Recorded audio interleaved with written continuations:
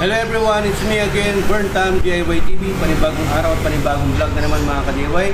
Araw na to, nandito tayo ngayon sa HPT Motor Parts & Car Wash, sa shop natin. Let's go muna. At syempre, meron tayong bagong gagawin dito sa KRY 200 natin. Shoutout muna natin ang KRY 200 Nation, ang group page natin, at ang KRY 150-200, ang super moto ng KRY. Ayan, so meron tayong gagawin dito. Magpapalit tayo ng brake pad dito sa rear natin. At ang gamit natin na brake pad mga ka-DIY ay original Bendix. Ito po kasi ang magandang klase ng brake pad. Ito rin po ang gamit ko sa mga 4 wheels ko. Yan. Any brand naman, kando, pwede naman kahit anong brand, kung ano yung preferred ninyo, okay lang. Pero sa akin, mas okay itong Bendix. Ayan. Mahirapan po kasi kayong maghanap sa mga motorcycle shop. Yan, singaw. Dito sa KRY 200cc natin. So ang ilalagay ko para sa likod ay pang Raider 150. Raider 150 na carb type, hindi po FI. Ang pangharap naman ay pang Suzuki Thunder. So ayan, lagyan natin. Yan po ka-DIY, oh. Pang Raider po yan. Yan. Raider, Suzuki Raider 150 RR, ibig sabihin. Yan yung code niya. Pang ano po to, pang carb type na Raider. Ayan. Okay, so 2 pieces na yan. Nasa 500 pesos na yan. Dito, hindi natin babaklasin to dito sa hub. Hindi na tayo magtatanggal ng hub mga ka-DIY. Ito lang, luwagan lang natin to. Ay, gamit lang kayo ng puller, pukpukin nyo ng paganyan. Tapos, pero babaran nyo muna ng WD-40 kasi ito binabaran namin kasi sobrang tagal na rin hindi nabaklas. 2019 model na tong ano natin, KRY natin. Ngayon lang po nagpalit ng brake pad. So 3 years na rin. Yan, tapos alin. Yan, nakita nyo naman, tumunog ka-DIY. Pagka hindi po siya matanggal, huwag niyong pilitin, babaran niyo po kahit buong magdamag. WD-40 lang po ang pambabad. Ito na po yung alin niya. 10 mm. Dito para. Ito po kasing alin na to ka-DIY. Siya po yung nagsiserve as lock dito para hindi ho matanggal yung brake pads.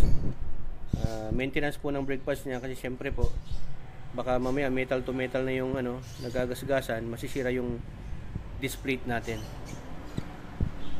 So ayan mga ka-DIY, wala na, vlog na. Tapos ito na lang yung tatanggalin natin. Hilain na natin to.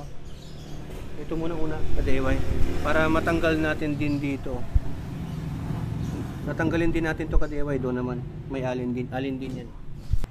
Yan, ito lang po ang pagtanggal dito. Pwede namang hindi natin tanggalin to, pero baka mahirapan tayo. Yung iba kasi hindi na rin tinatanggal to, pero gagawin natin, tatanggalin natin yan gamit ang alin wrench. Tapos para may pwersa ka, lagyan mo ng ganyan. Tapos ang isang diskarte dito mga ka-DIY, i-press natin to palubog itong piston nya para nang sa ganun ma-access natin to para hindi tayo mahirapan. Para ma-press natin to, gamit lang kayo ng flat screw, ilagay nyo dito.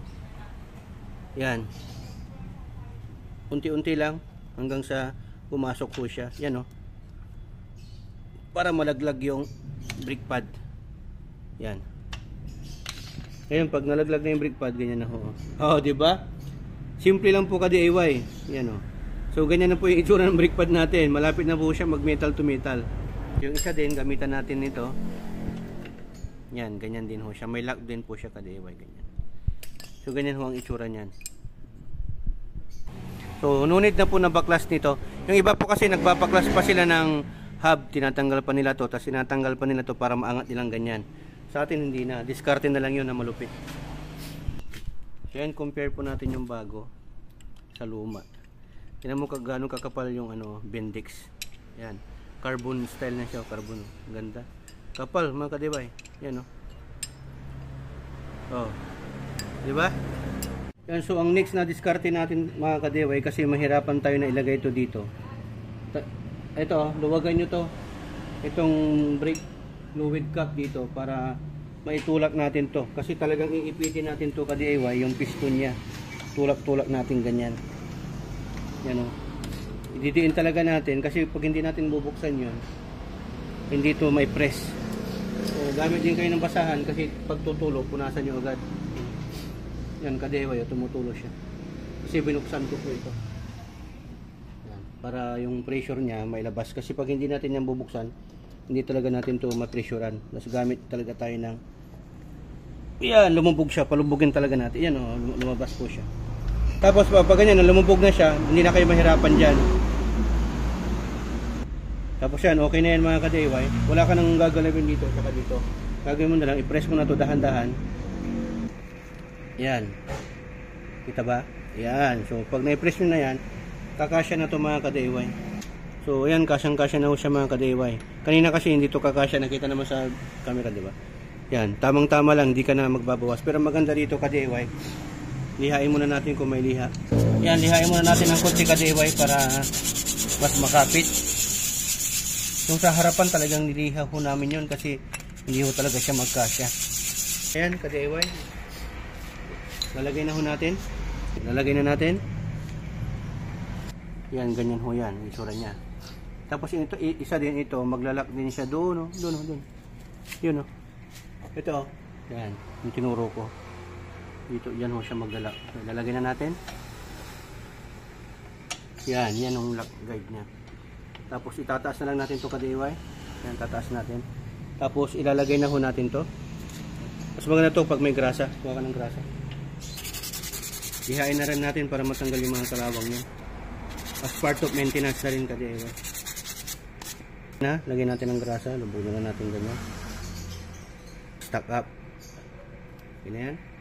Lagyan na natin. Tapat natin ng ganyan. Yan. Initan natin ng alin. Ito mga ka-DIY, inaano ho natin sa inyo yung proseso. Dinidetalye natin para i-share naman natin yung knowledge natin. Kaya sorry po sa mga mekaniko na ayaw nilang pa-share yung mga ganito, pero ako i-share ko po. Dahil dito sa HPT, sharing is caring. So ayan, ganyan po kadali mga ka-DIY. Yan. Hanggang sa maibauno natin siya. Pag humigpit na yan, parang ganyan, yan, okay na yan. Diba? So nandyan na siya mga ka-DIY. Ito yung last part. Lalagay na rin natin to. Lagyan ko na rin ng grasa para hindi na siya mag-stack up. Yung iba wala nang ganito eh. Yan, okay na yan. Tapos pagka bumalik yon, pump nyo lang to. Ipipreno lang natin yon. Babalik na ho yan mga ka-DIY. Sasarado natin na rin natin to. Hindi lang sa ngayon mga ka-DIY. Dahil nakaangat. Pero para lang bumalik yan, ipipreno na. So yan, dapat may play din ho siya ganyan. Pag pipreno ka, yan di ba? Tama-tama na. Babalik din itong ka-DIY, itong piston niya, babalik din ho yan. Pagka naiano natin yon, pag ipapump natin, pipreno-preno natin, babalik din ho yan. Kasi pag pinipreno natin yan, magkakaroon siya ng pressure, yung brake fluid, itutulak niya itong piston. Ano din siya dyan, kaya hindi siya maluwag. Okay? So yan mga ka-DIY, ito yung pagpapatuloy na kung saan ginagawa natin itong brake pad ng KRY 200 natin. So itatry na natin kung pipreno at meron siyang play. Sige, so ikutin mo. Yan, dapat po ganyan may play. Tapos ipapump na po natin itong brakes niya para bumalik na po yung piston. Papag muna natin, pakita mo. Yan. Kasi pinrelease natin yung piston eh. Pakita mo dito, sumisikip na yung brake pad. Sumisikip na? Opo. Sige nga, itaas-taas. Yung pipreno na. So ipapump lang natin to. Yan, testing na natin, pinapump pa natin.